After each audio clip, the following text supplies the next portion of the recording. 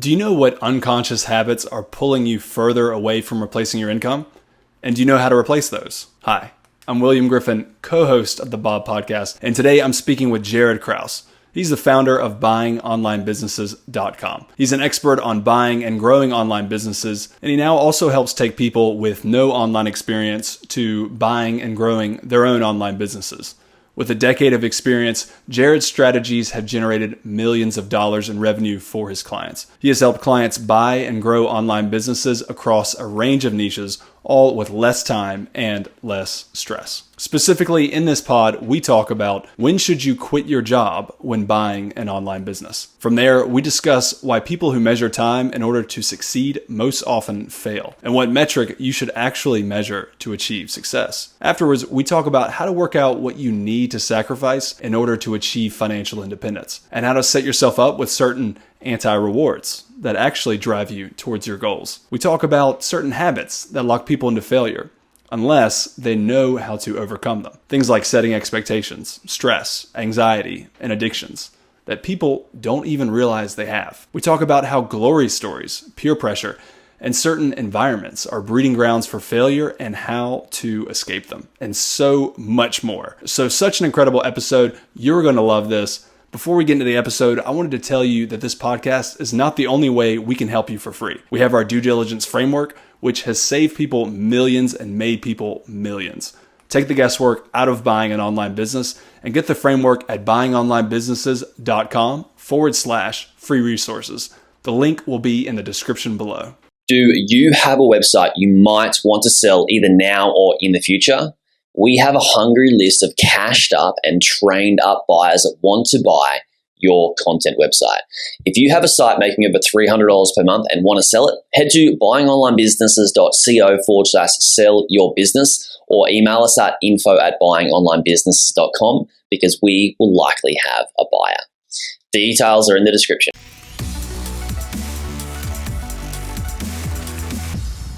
Hey everyone, and welcome to the Buying Online Businesses podcast. Today I'm speaking with Jaryd. Jaryd, I'm so stoked for us to get into this. I think this episode is going to help a lot of people. For sure. When I saw the title, when you floated this idea, I was like, wow, okay, this is really good. This is really juicy. So yeah, excited to see where we go with this one. That's right.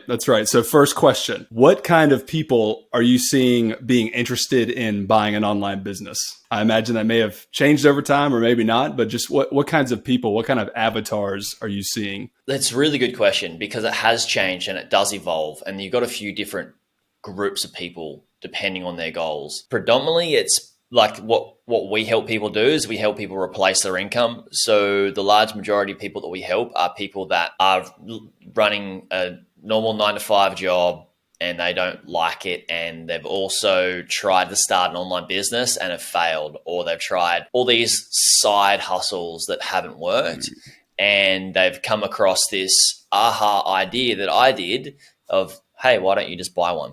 And that message really resonates within them, and then they follow the path and usually typically check out the content, they really like it and follow it for a long time and then get started. That's the majority of the people. And then we also have people that come from real estate or have other investments, but they want to get online. They want to think, they're like, I want to start doing this online thing. You know, it's become big and I want to start getting a piece of that pie and I want to make an income online. That's the second group of people that we help, is people that have, you know, a decent amount of money. They might be buying something between 200 to 700K or a mil. And sometimes there's people that want to purchase, you know, above that range as well. But that's the second group of people that we help, people that are high net worth individuals that need to put some money somewhere, or they're just high net worth in terms that they've worked in a career and they've got an illustrious career and they've done really, really well, and they need to park some coin into an asset that's going to produce an income without them creating another full-time job for themselves. Right. So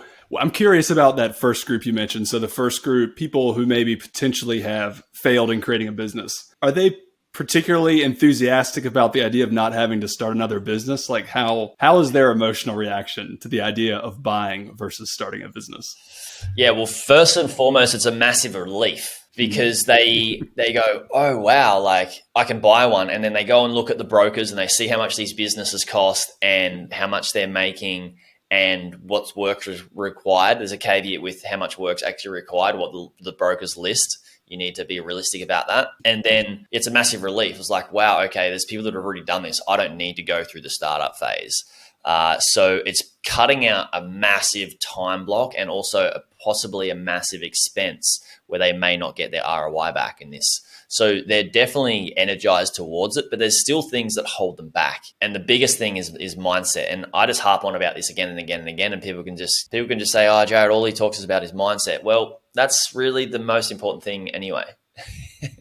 Because if you don't have the right mindset around anything, then you're not getting anything done anyway. So it's not just about buying a business. And that's where really, when we start out, I know this, I had all this energy that I needed to pour into, like, I want to get out of this job. And it's really good, but we don't know where to set the bar, and we don't know what sort of expectations we should have in terms of how long is it going to take us to buy a business? How long is it are we going to be on this journey for? What's the journey look like?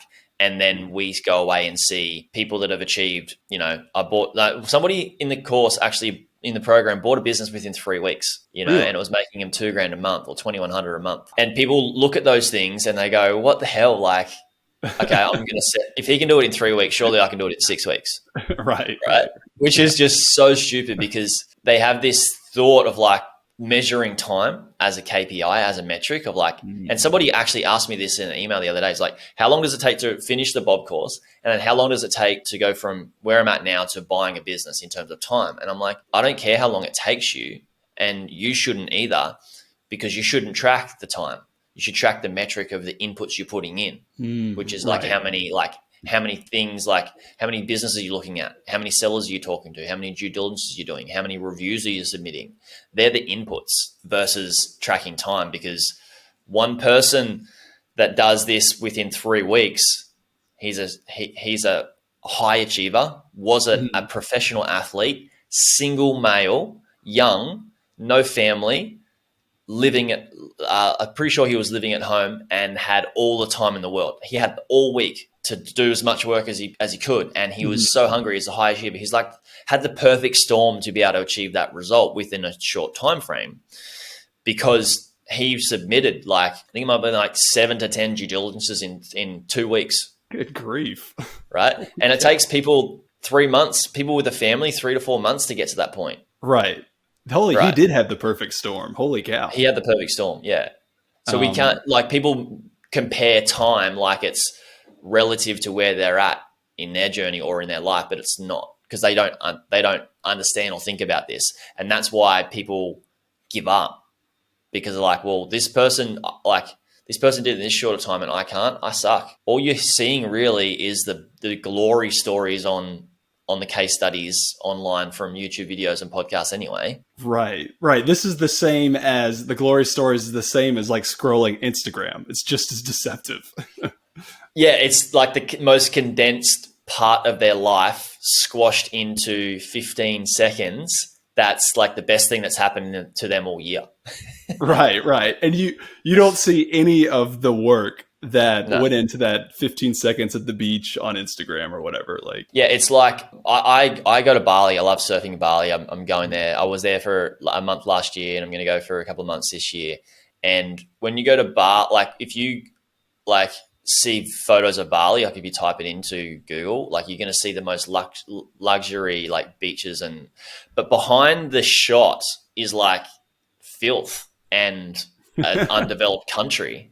And it's just like, my life's perfect. I'm on this beach every day. Really, like, you're in the hustle and bustle, which is what I like about Bali as well. You're in the hustle and bustle, and that's not for everyone. So there's a lot of people go to Bali and like, oh, it's not really my thing, because they just think it's all going to be roses. Right. You're not getting like the full resort experience is what you're saying. Yeah. Well, they just have this expectation, right? That expectation that just wrecks us. Like, I'm going to go to Bali and it's going to be amazing, and everything's going to be super clean and works, and it's going to be easy. And that expectation can ruin your experience. Same with your expectation of buying a business. It can ruin your experience. I was writing earlier and I wrote about, we talk about people talk about misconceptions, and I thought about what are mis-expectations that trip us up. So it sounds like one of the mis-expectations that trip us up is thinking that time is a KPI and that you can sometimes just do things very quickly. And that's a bad expectation. I like that. I like that analogy, mis-expectation. It's great. That kind of leads to it is not a bed of roses. If you want to go buy a business, if you want to do anything, it's not a bed of roses. And I was curious if you had any insight on counting the cost of what should people consider, what are costs people should consider to the journey to buying an online business? What are things they have to give up or kill to buy an online business? Yeah, that's really good. That's a really good question, man. So everything has a trade-off. What we want something of, like we'll take away from something else in our life. For example, if you've got children and you want to spend time with them, but you also want to ensure you have a good, solid financial future for your children and your family, there's a trade-off of like you need to sacrifice a little bit of time spent with them towards working on your financial independence. So that's a time cost. And I talked about this with a friend literally 2 days ago. He's like, so many people talk about side hustles. I was like, the only really way to do a side hustle is to just do it. Like you have to work a 60, 70 hour week. Well, I did 67. I worked a 70-hour week and then I worked 30 hours on the computer afterwards. And I did training with my friend in between. This is 10 years ago. We've been doing training for like over the last more than a decade together. He's like, I remember when you did 70-hour work weeks. You'd come home, we'd do training quickly, you would eat, and then you get on the computer for 5 to 6, 7 hours a night. That's what had to be done. Like I sacrificed so much. I sacrificed time. I sacrificed a lot of my energy. And also I sacrificed not spending much time with my friends as well. Right. And I was young and I was just hungry. So that there was some cost there. That's important. So yeah, it's not just the monetary cost. We actually need to spend time, like give away some of our time. It's not giving it away. It's investing it, I would say, investing it into this thing. And it's kind of comes back to the do what others won't do now to live a life that most can't. Ooh, I like that. I butchered that a bit, but people get the ideology. That's a couple of the costs. Are there any other costs that you see, or is some things that you were thinking about when you thought about this question? Yeah, I was thinking that when people ask about how to do anything, it's generally pretty obvious what we need to do. It's generally you need to do some kind of work over an extended period of time. It's never complicated. At least nothing I've come across is terribly complicated. It's just, this is the work and you have to do it over time. And so when people ask the question like, oh, how do you buy an online business? How do you get good at piano? How do you do stand-up comedy? Whatever it is, you kind of just have to do it. And I think people just they don't really want it because they don't do it. And they're not willing to sacrifice things. So so that's what I see. What do you think is like something what's like a sacred thing people just do not want to sacrifice that you see? I have one in mind, but well, you share that, and then I want to share something else that people that's going to help people want to make these sacrifices. Fuel. Yeah, two big ones I see are over-consuming alcohol, basically. Because if you're going out too much or hungover, you're not going to be very motivated to do the work necessary to buy an online business or really maybe do anything. And then the other one I see is scrolling social media. I don't want to say too much, but if you spend 3 hours a day scrolling something, that's 3 hours not doing some work that you may need to be doing or good rest. I don't know. What do you say? Oh, you're spot on. You've just brought up a real aggravator for me. So we will try not to harp on it too long. But I also have empathy for those people that drink alcohol and consume any social media. The reason being is because it's addictive. Right. Very, very addictive. And I think social media is probably more addictive than alcohol because they've used technology to really tap into our brains and our mind. It's also a comforting thing. I've spoken to a friend before, somebody I play tennis with, very successful person, retiring at 40, has some level of social anxiety, but to feel comfortable will go on social media and just scroll to just zone out from that. So it's a clutch, just like alcohol is a clutch, and it helps people get through life at times. Right. And I have massive empathy for people because, I mean, I was experimenting with TikTok the other day for Bob and putting some content on there. And I went back a couple of weeks later to check how the content had fared. And we got a few views, which is cool. Mm-hmm. And I was just checking out what this TikTok thing is. And I didn't want to work the rest of the day. So I consciously had time to burn. And I spent like 3 hours on TikTok scrolling through because the content is so damn good and so funny and juicy, and it's rich. And they've just really tapped into the human psyche. And so I can see how addictive it is. So that's why I don't consume social media, because I'm very conscious of like how addictive it is. And it does burn a lot of time. But we've got to understand that, yes, it's an addiction, and have empathy around that, but also understand that it's what I call a red line decision versus a green line decision.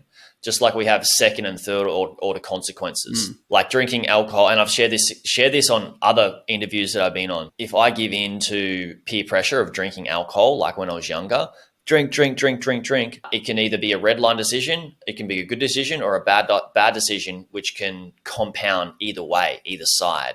So if I drink, then I'm going to give up on not surfing very well the next morning, or being hungover and giving up the whole day. And that's the second and third order consequences. Then I feel crap and I roll into Monday with a second day hangover. I don't end up surfing. I don't give myself the me time and the health that I need. So that's a red line decision. So one red line decision just takes you down multiple notches from the second and third order consequences, versus going, no, I'm going to not consciously stop social media or consciously not drink this alcohol.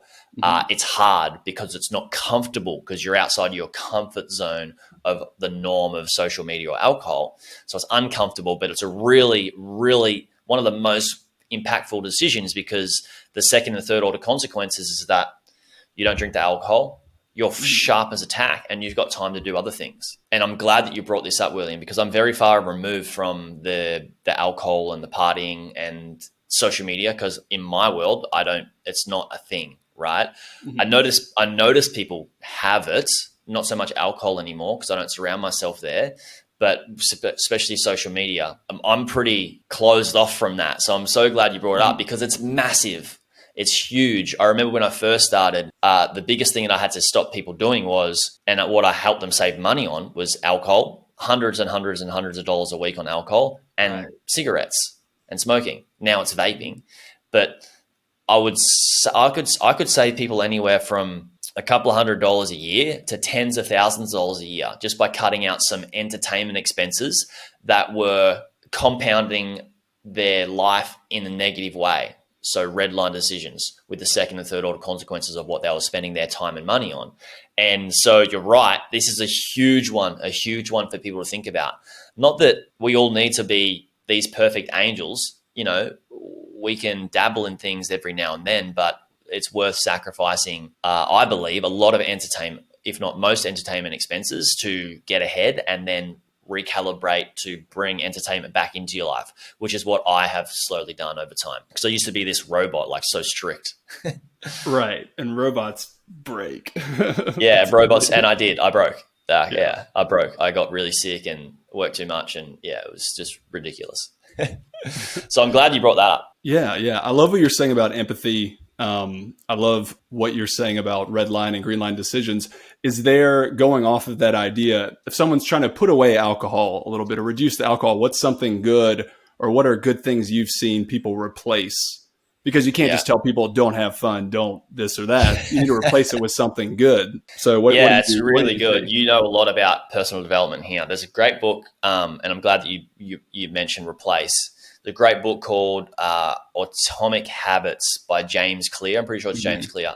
And he talks about you can't just give up a habit. You should replace it with something else. So social media, like what I did is to get off it, I got a surfing game on my phone, and I would just play the surfing game, which wasn't addictive and it got boring over time anyway. So I'd just play that. Also, I learned a language, like I did Duolingo for Spanish. Whoa. And I would do these other things on my phone. And then I realized, like, I don't really care for this. And then every time I went on my phone, instead of going to social media, I would put it on, I would go to something else. And now I'm just like, I don't really, like when I pick up my phone, it's like, do I play a game or do I text message? And I just pick up my phone literally to just text message now. So you can wean yourself out of it completely. And there's some things that you can replace. Alcohol is like a simple one. It's just get a different drink. right. Or don't always go to the same parties where everyone has to be legless within a couple of hours. Australian drinking culture is infinitely worse than American drinking culture. I can tell you that much because I've lived in America and I've partied in America, and I've done a lot of that in Australia too, obviously. And Australians are just, we can be animals at times. Another level. Another level. Yeah. And you've seen it as well, William. You've lived in Australia too, right? Yeah. I lived in Sydney and the Gold Coast, and it's another level, man. It's another level. Someone out there who's considering buying an online business, but they want to quit their job. What do you have to say to someone who just wants to quit their job? Keep your job. We talked about stress, right? And anxiety and how hard it is to live with. And this is just a case scenario that is likely to happen. Somebody quits their job and they regularly drink or have addicted to social media. Most people have some slight addiction to social media. And then because they've quit their job and they've got no income stream coming in. And because they've got no income stream coming in, they get worried about their financial situation. They need to try and buy a business very, very fast so they can get income very, very fast. The reality is that sometimes there may not be those deals out there that are right for you. And also, most importantly, it takes you the reps to look at multiple businesses, speak to sellers, put offers in, do lots of due diligence to get to the point that you know and have confidence in the business that you're making offers on or going to buy. And that can take time. And you have a lot more time, so you could do that in a shorter period of time than most people with a job. But because the stress and the pressure is, you try and force yourself into something faster. And then also with that, when that pressure and stress becomes too much, then you go to your clutch of like, oh, I have this anxiety of like, I need to make this work. I'm going to just zone out and give myself a bit of a break, self-love with social media or alcohol. Let's be real. They're red line decisions. So I would say keep your job. If your goal is to replace your income, sometimes we do need to go backwards a couple of steps to get forwards. But going back too far makes it so much harder to really get to that goal. And I believe when you quit your job, you're going back very, very far, unless you have a decent amount of income or capital that you can rely on, and you are very, very certain that you're not going to be worried or stressed or force yourself into a position that you need to buy something fast. For example, say somebody has 200K cash capital. Great. You can live off that for a while. But the longer you do it, the more your money is going to wean down. And maybe after a year or two, you've got like 150 and you're like, oh, I just need to spend this on a business before I spend it too much on my expenses. And then you rush into something. So there's so many situations where it can be dangerous.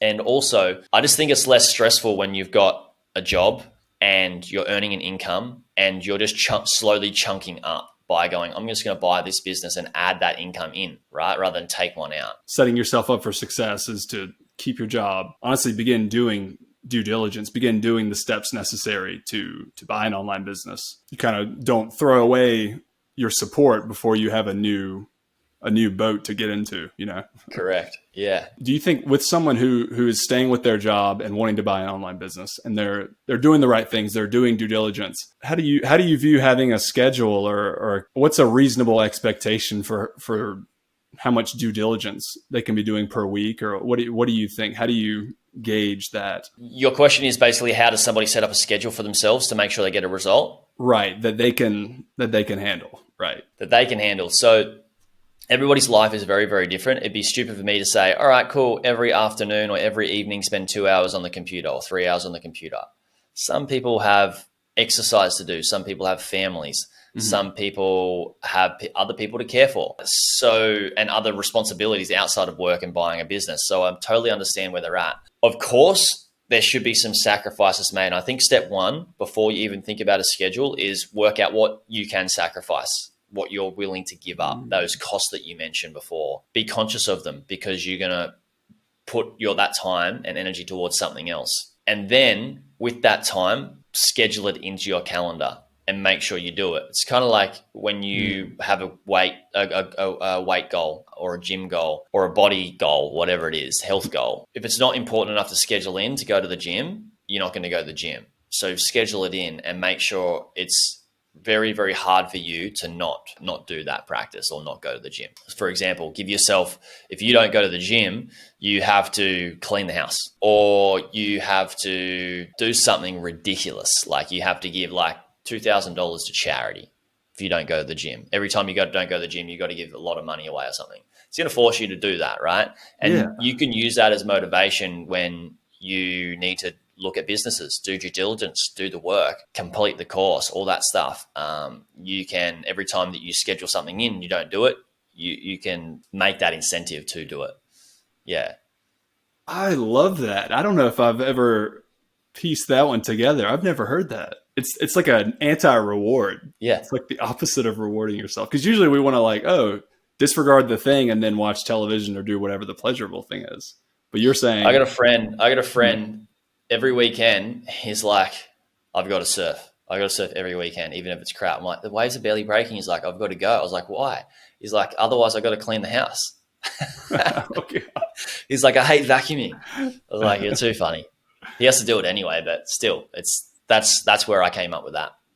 I love that. Well, I think we've hit a great spot to call it a night. And Jaryd, I want to thank you so much for coming on. Thank you so much for your questions. I love it. Really appreciate these chats. So it's cool to blend all the personal development and all the things that I've learned over the last 2 decades into achieving goals of buying a business and teach it. So I absolutely love it. So thanks.